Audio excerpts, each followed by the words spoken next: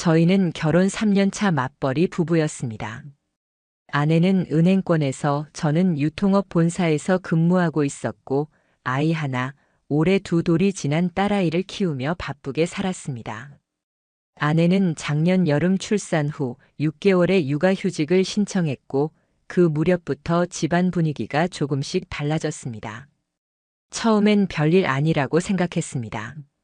출산 후 누구나 겪는다는 산후 우울증 때문이라고 생각했죠. 아내는 하루에도 몇 번씩 감정 기복이 컸고 잘 울고 갑자기 말이 없어지거나 방에 틀어박혀 있곤 했습니다. 그런 날이면 저는 출근 전후에 딸아이 이유식을 미리 만들어 놓고 밤늦게 퇴근해서 집안 청소며 빨래까지 전부 챙겼습니다. 주말에도 저는 아이를 안고 동네 공원 산책을 도맡았습니다. 아내가 조금이라도 혼자만의 시간을 가지도록 저 나름의 배려를 했다고 생각했기 때문입니다. 그런데요, 그 배려가 저를 파괴하는 칼이 될 줄은 몰랐습니다. 아내는 출산 후 한동안 집에만 있었습니다. 몸이 무겁다고 했고 그래도 아이도 거의 품에서 내려놓질 않았죠. 그런 아내가 어느 날부터 갑자기 외출을 시작했습니다. 나 조금만 바람 좀 쐴게. 요즘 숨이 막혀. 그 말이 처음 나온 건 2023년 2월 말쯤이었습니다. 겨울 끝자락 바람이 찬 계절. 그래. 다녀와. 잠깐이라도 혼자 있는 시간 가져. 그때만 해도 저는 고맙게 생각했습니다. 아내가 스스로 나아지고 있다는 신호일 거라 믿었으니까요. 그 외출은 처음엔 30분 정도였습니다. 근처 편의점, 동네 카페, 산책로 정도였죠. 그런데 점점 시간이 길어졌습니다. 40분, 1시간, 어느 날은 2시간. 심지어는 제가 퇴근하고 집에 왔는데 아내가 없을 때도 있었습니다. 어디 갔었어? 아, 마트 좀 들렀다 왔어. 애기 간식 살 게 있어서. 그렇게 말하며 무릎 위에 아이를 올리고 늘 하던 것처럼 웃는 얼굴을 짓던 아내. 그 미소는 이상하리만치 편안했습니다. 뭔가를 숨기고 있는 얼굴이 아니라 그냥 자신의 일과를 마친 사람처럼 느껴졌죠. 그때는 그게 뭐가 이상한 건지 몰랐습니다. 아내의 외출은 어느 순간 하루에 한 번 일정한 시간에 이루어지기 시작했습니다. 점심 먹고 아이를 재운 다음 대략 오후 1시 반에서 3시 사이. 정확히 1시간 반에서 2시간. 그 시간이면 늘 아이가 낮잠을 자는 시간이었고 아내는 그 틈에 나가 있는 거였습니다. 물론 저는 그 시간에 회의나 외근으로 정신이 없었기 때문에 처음엔 아무런 의심도 못했습니다. 하지만 어느 날 회사에서 일정이 갑자기 취소되어 조퇴한 날이었습니다. 그날 저는 갑자기 아내가 궁금해졌습니다. 아무런 이유 없이 그냥 이상한 느낌이 들었습니다. 집 근처 카페에 도착한 건 오후 2시 10분쯤. 문을 열고 들어갔지만 아내는 보이지 않았습니다. 다음으로 간 마트에서도 공원 벤치에서도 그녀는 없었습니다. 집으로 돌아가 보니 아내는 딸아이 옆에서 책을 읽고 있었습니다. 왔어? 무슨 일 있어? 이 시간에 다 웬일이야? 응, 일정이 취소됐어. 아까 어디 다녀왔어? 응? 그냥 편의점. 그날 저는 편의점이 아니라는 걸 본능적으로 느꼈습니다. 그녀의 얼굴엔 처음 느껴보는 종류의 움찔이 있었습니다. 하지만 저는 아무 말도 하지 않았습니다. 며칠 뒤 저는 아내에게 아이 돌봄 앱을 깔자고 제안했습니다. 실시간으로 카메라 보고 싶어. 보고 싶기도 하고 애기 키우는 게 어떤 건지 나도 좀 알고 싶어서. 아내는 처음엔 싫어했지만 결국 설치를 허락했습니다. 하지만 문제는 그 앱이 아니라 유모차였습니다. 딸아이가 쓰는 유모차는 제가 결혼 전에 직접 골랐던 제품이었습니다. 브랜드 모델은 드물고 가격이 좀 있었죠. 그 유모차를 어느 날 회사 근처에서 봤습니다. 정확히 말하자면 회사 근처에서 밥을 먹고 나온 순간 건너편 골목으로 빠져나가는 사람을 봤는데 그 유모차가 우리 집 유모차랑 완전히 똑같았던 겁니다. 그리고 그 유모차를 끄는 사람의 옆에는 남자가 있었습니다. 스포츠형 머리에 깔끔한 정장 차림. 누군지는 보이지 않았지만 둘 사이의 거리, 몸짓, 고개를 기울여 웃는 모습이 평범한 부부 같았습니다. 그날부터 저는 확신했습니다. 뭔가 있다. 처음엔 제 자신이 의심스러웠습니다. 내가 예민한 걸 수도 있지. 설마 우리 아내가 말도 안 돼. 하지만 그 생각은 그날 집에서 들었던 아내의 통화 한마디로 깨졌습니다. 아내는 욕실에서 전화를 하고 있었고 문이 닫혀 있었지만 거실에 울리는 그녀의 웃음소리는 어쩐지 낯설었습니다. 아니, 그 사람은 진짜 눈치가 너무 없어. 그 사람. 남편을 그 사람이라고 지칭하는 목소리. 이후 저는 결심했습니다. 더 이상 혼자 의심만 할 수는 없다. 증거가 필요하다. 기록이 필요하다. 그리고 진실이 필요하다. 그날 밤 저는 노트북을 열고 생활 탐정, 주간 추적, 아파트 내 불륜 사례 이런 검색어를 치기 시작했습니다. 그날 이후 저는 변했습니다. 정확히 말하면 더 이상 남편이라는 역할에만 머물지 않기로 한 겁니다. 제 감정이 파괴되기 전에 저는 누군가의 남편, 누군가의 아빠가 아니라 하나의 인간으로서 진실을 마주할 준비를 해야 했습니다. 첫 번째로 한 일은 아파트 단지 내 CCTV가 어디에 설치되어 있는지 확인하는 것이었습니다. 제가 사는 단지는 2000세대가 넘는 대규모 아파트였기 때문에 단지 내에는 차량 통행 CCTV는 물론 커뮤니티 센터 입구, 산책로, 놀이터 등 곳곳에 관리사무소 통제용 카메라가 설치되어 있었습니다. 그날 저는 퇴근 후 관리사무소에 들러 이렇게 말했습니다. 아, 실은요. 저희의 유모차를 새로 샀는데 어제 누가 실수로 바꿔 가져간 것 같아서요. 혹시 어제 오후 2시쯤 비동 놀이터 주변 CCTV 좀 확인해 주실 수 있을까요? 직원이 조금 의아한 표정을 지었지만 관리실 확인으로 확인할 수 있다는 말에 동의했고 하루 뒤 확인 연락이 왔습니다. CCTV 영상에서 저는 믿기 힘든 광경을 보게 되었습니다. 비동 놀이터 입구에서 우리 집 유모차로 보이는 유모차를 끌고 나타난 여성. 갈색 롱코트를 입고 얼굴은 마스크로 반쯤 가려져 있었지만 그 몸짓과 걸음걸이는 분명 아내였습니다. 그런데 그 옆에는 한 남자가 함께 걷고 있었습니다.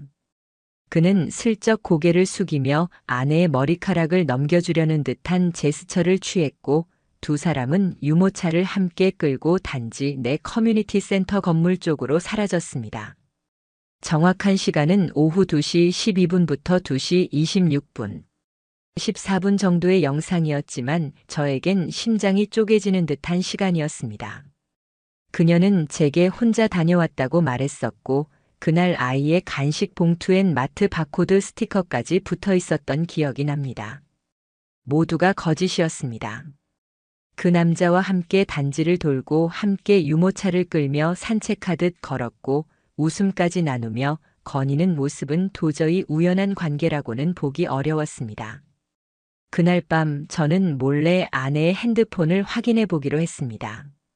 사실 이전까지도 아내의 폰을 본 적은 한 번도 없었습니다. 서로의 프라이버시는 존중하는 편이었고 굳이 남의 연락 목록을 보는 건 나 자신을 깎아먹는 일이라고 생각했으니까요. 하지만 지금은 달랐습니다. 그녀가 비밀번호를 바꿔놓은 이후였기에 저는 노트북으로 아이폰의 백업 내역을 조회하는 방법을 찾았고 그중 최근 2주 동안의 통화 내역을 복구할 수 있었습니다.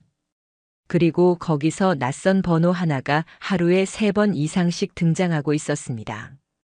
처음엔 오전 10시대, 그리고 오후 2시쯤, 마지막은 밤 9시 전후. 그 번호를 검색해 본 결과 비동 305호 박땡민이라는 이름이 나왔습니다. 저희와 같은 아파트 단지 바로 옆 동에 사는 사람이었습니다.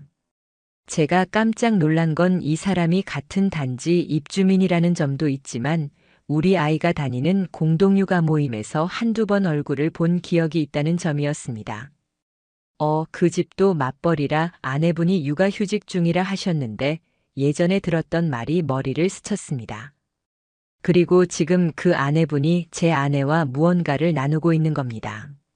저는 주저없이 사설 탐정에게 연락을 했습니다.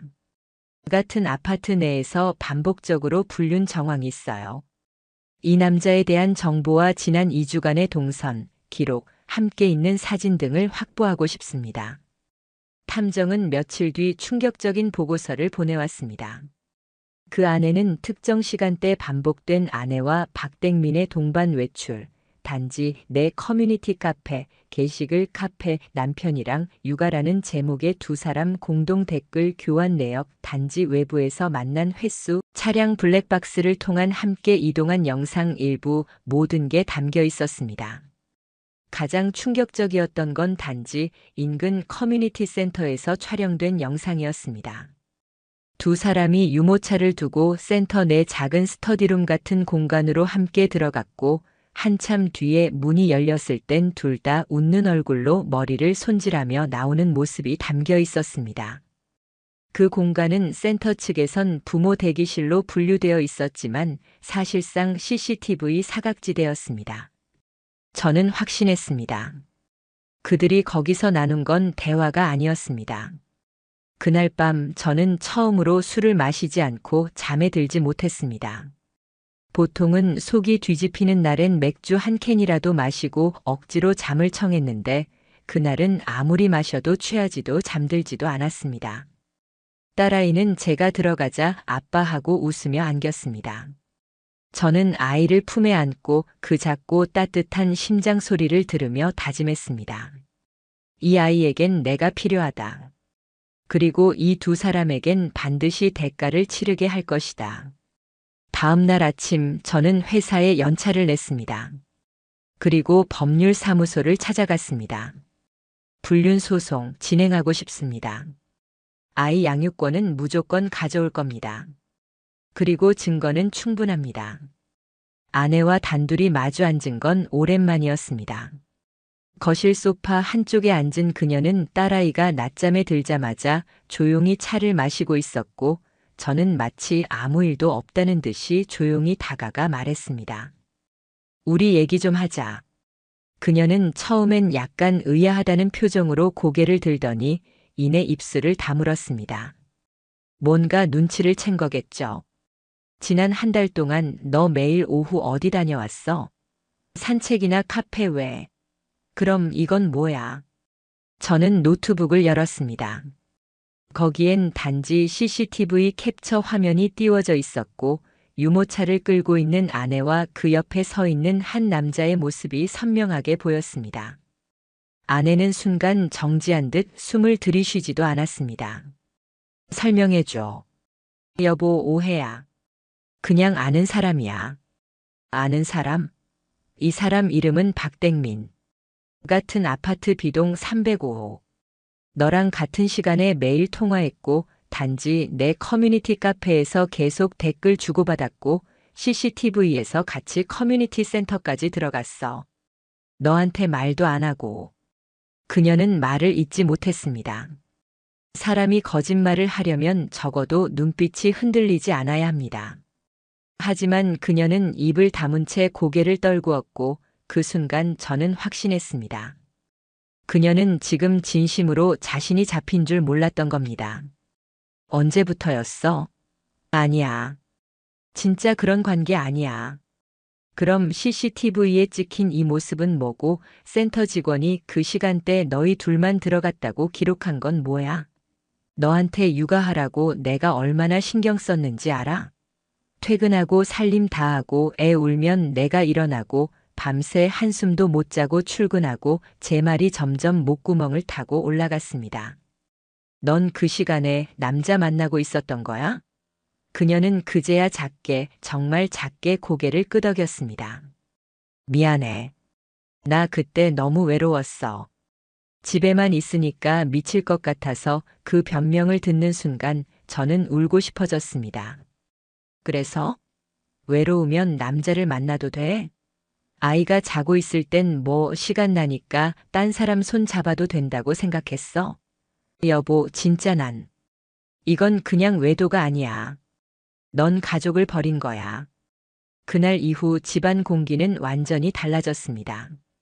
아내는 딸아이를 보살피긴 했지만 예전처럼 눈을 마주치지도 않았고 밥을 먹으면서도 한마디 말이 없었습니다. 저는 아내의 동의 없이 이혼 소송과 상간남에 대한 민사소송 접수 절차에 들어갔습니다. 그리고 동시에 박땡민에게 내용 증명을 보냈습니다. 며칠 뒤 그 남자에게서 연락이 왔습니다. 저 죄송합니다. 이런 일까지 갈 줄은 몰랐습니다. 한 번만 만나주시면 안 될까요? 장소는 근처 커피숍. 저는 일부러 주말 오전 사람 많은 시간대를 택했습니다. 그는 평범한 정장 차림이었고 눈가에 깊은 피로가 내려앉아 있었습니다. 무슨 얘기하고 싶으세요? 저는 수연 씨랑 그런 관계 정말 진지하게 생각한 적은 없습니다. 그냥 애를 키우면서 서로 힘들다 보니까 그렇게. 아이 있는 아빠가 남의 집 가정 파괴하고도 그렇게 가볍게 말할 수 있어요? 죄송합니다. 정말 죄송합니다. 가볍게 넘어갈 생각하지 마세요.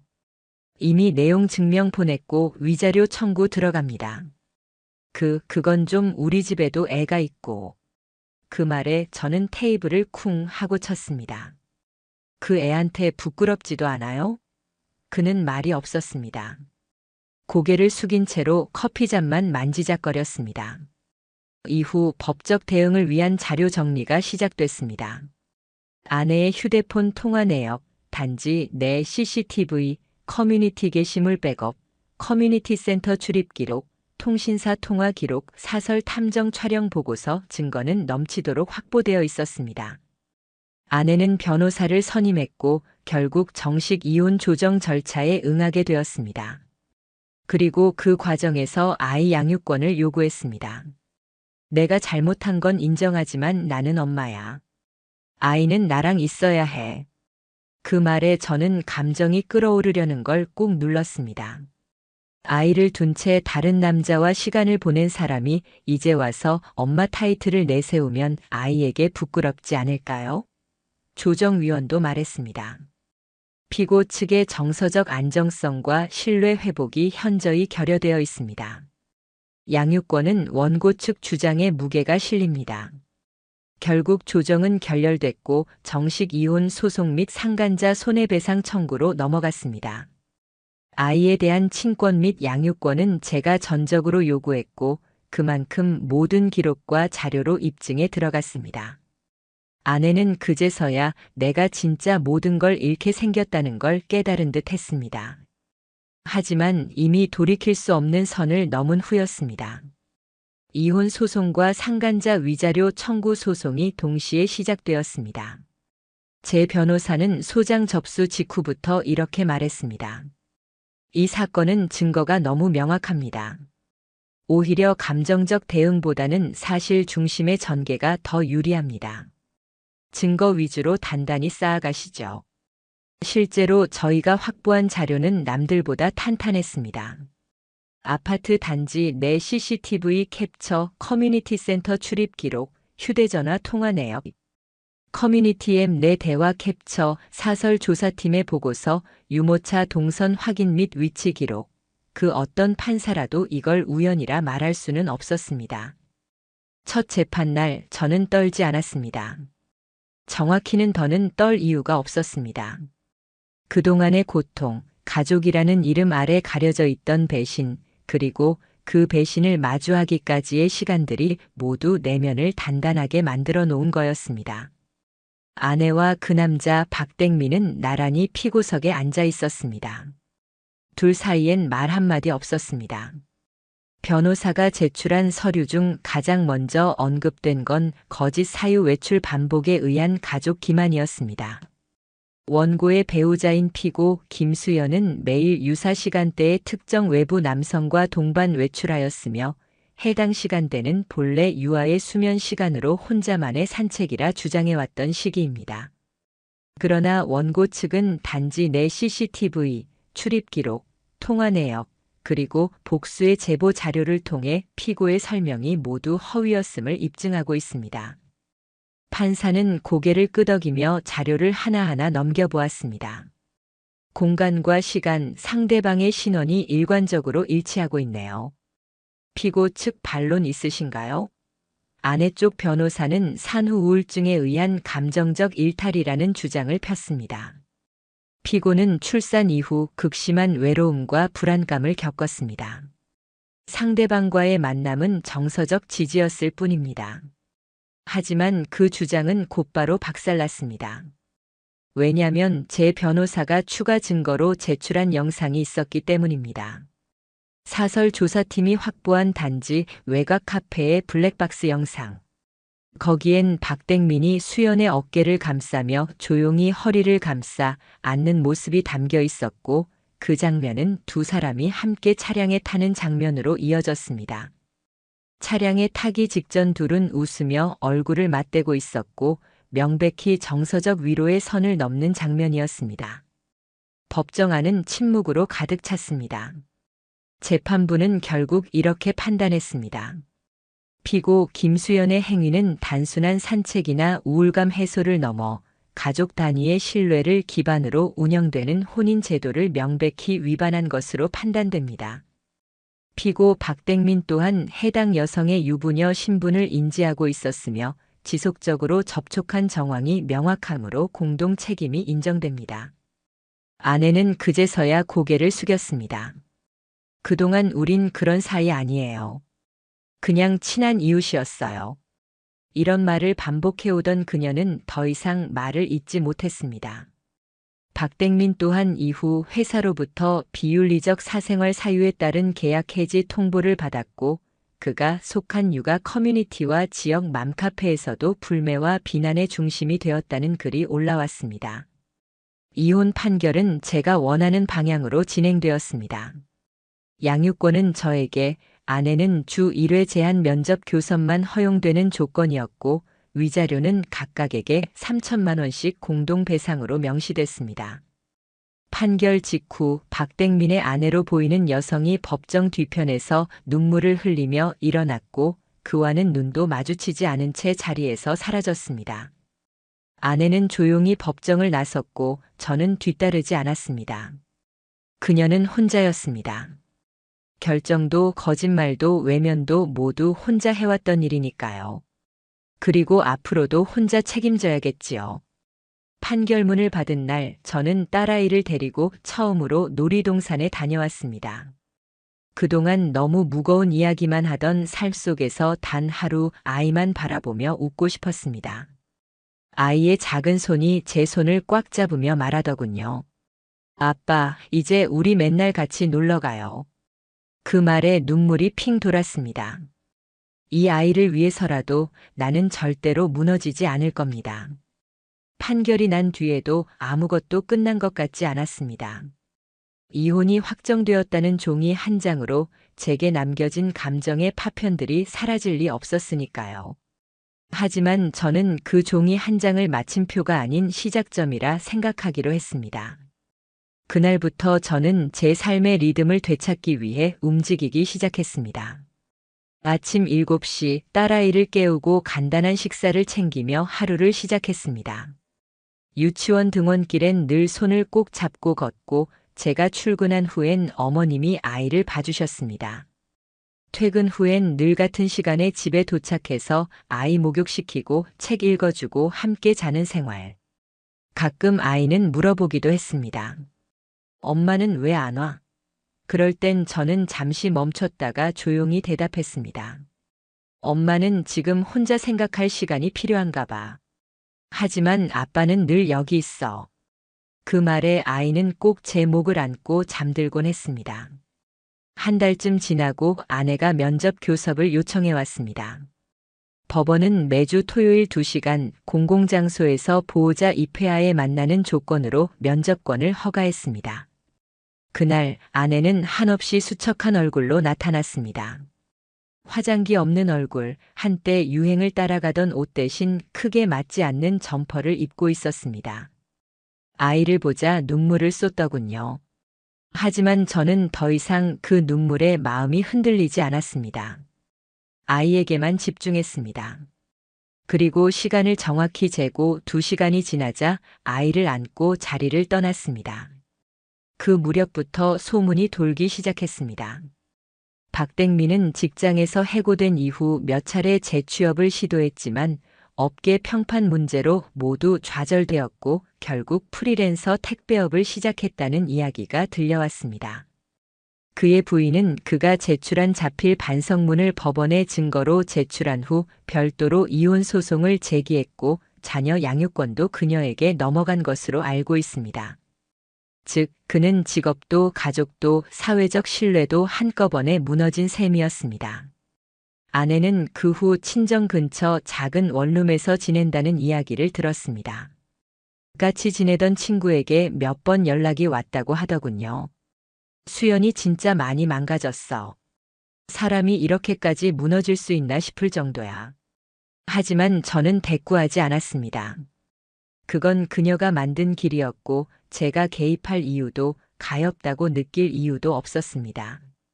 당시 위자료 판결에 따라 박댕민과 아내는 각자 3천만 원씩 분할해 지급해야 했고 아내는 초반 1천만 원을 현금으로 지급한 후 매달 50만 원씩 40개월간 분납하기로 했습니다.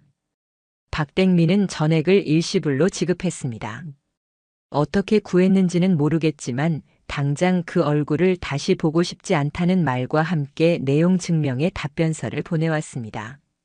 저는 그 돈을 아이 명의로 적금 계좌에 넣었습니다. 그 돈은 아이가 성인이 되기 전까진 꺼내지 않을 겁니다. 불륜의 대가로 받은 그 금액이 딸에게 배신의 기억이 아닌 안정된 미래의 일부로 쓰이길 바라는 마음에서였습니다. 시간은 흘렀고 이제 이 모든 일은 조금 시간이 지난 과거가 되었습니다. 저는 조금 더 단단해졌고 조금 더 무표정해졌지만 아이 앞에선 항상 웃는 얼굴을 유지하려고 노력합니다. 한 번은요. 아파트 엘리베이터에서 익숙한 그림자를 마주쳤습니다. 수척한 얼굴에 이전보다 훨씬 마른 몸을 하고 고개를 푹 숙인 채 엘리베이터에 올라탄 사람이 있었습니다. 바로 아내였습니다. 저를 보자 눈이 커졌지만 그녀는 아무 말도 하지 않았습니다. 그리고 저는 고개를 살짝 숙이며 인사만 하고 한마디도 건네지 않았습니다. 엘리베이터 문이 닫히는 순간 그녀의 눈가에 맺힌 말하지 못한 모든 후회가 그대로 보였습니다. 그날 이후 그녀는 단지 내에서 보이지 않았습니다. 아마 아직 이곳에서 살고 있을지도 모르고 아니면 떠났을지도 모르겠지만 저는 그게 더는 중요하지 않았습니다. 복수라는 건 크게 외치고 던지는 것이 아니라 조용히 무너질 때까지 기다리는 것이라고 저는 이제 믿습니다. 제가 지켜야 할 단 하나는 이제 더 이상 저 자신이 아니라 저를 전부 믿고 있는 작은 아이니까요.